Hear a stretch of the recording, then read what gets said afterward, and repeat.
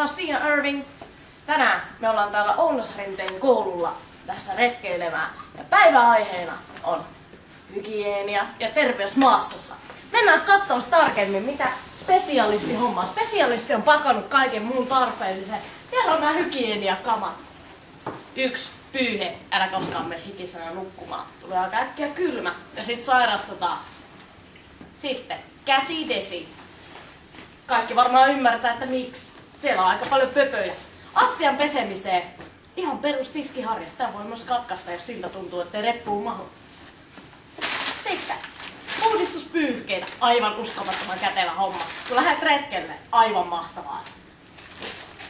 Sitten paska tulee kaikista ennemmin tai myöhemmin. Jos et halua olla ekstriimi, niin kuin spesialisti, niin ota vessapaperia, ne ei tarvitse sammalilla pyyhkiä. Sitten ehkä retkeilijän tärkein vehe. Aivan huippua. Retkeilijän ensiapupakkaus. Täältä löytyy kyypakkaukset ja löytyy hätänumerot ja kaikki. Ei muuta kuin soittamaan, jos on joku ongelma. Täällä on kaikkea painesiteestä, kaikkea tärkeeseen. Huippusiistiä. Tärkeintähän kuitenkin retkellä on se, että sulla on asianmukainen varustus, ettei sitten tuu kylmä siellä. Jos spesialisti on joskus niin ekstriimi, että se retkeilee kesäisin alasti, mutta pidetään mennä kamppeet päällä. Ja hei, jos on semmonen olo, tai tiedät, että sulla on joku sairaus, diabetes, epilepsia tai astma, vastaa, sano siitä sun ohjaajalle ennen lähtöä, niin ei tule ongelmia metsässä ja pidä ne lääkkeet mukana. Nyt ollaan päästy tänne metsään.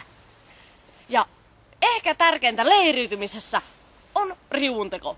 Paska se tulee kaikista ennemmin tai myöhemmin. Näin. Tärkeintä on, että riuku on tarpeeksi kaukana itse leiristä ja välittömästä vesistön läheisyydestä. Elikkä ei sitten levitellä sitä ihan ympäriinsä vesistöjen kautta.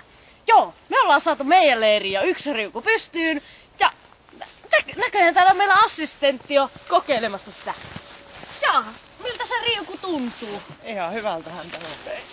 Ei helvetti, sori, hei!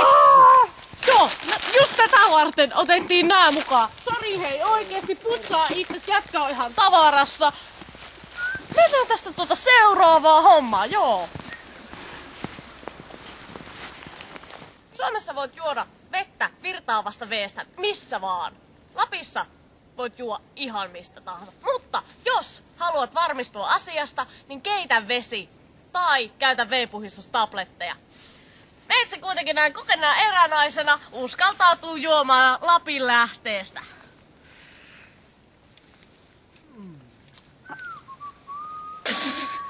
Ei helvetti! Spesialisti perkele! Ei tästä nyt helvetti tuu yhtään mitään! Sorry. Tässä kaikki tällä kertaa. Toisessa jaksossa palataan luonnossa selviytymiseen. Mutta sen verran sanon, että Suomen luonnossa on helppo selvitä ainakin ruoan kannalta. Suomessa on vähän myrkyllisiä kasveja ja ne on helppo tunnistaa. Mitä sä syöt? No just sä sanoit, että voi syödä kaikkia kasveja. Tää on joku sieni. Tää on punainen. Tässä on valkoisia pilkkuja. No ei. Vähän huono olo. Wow.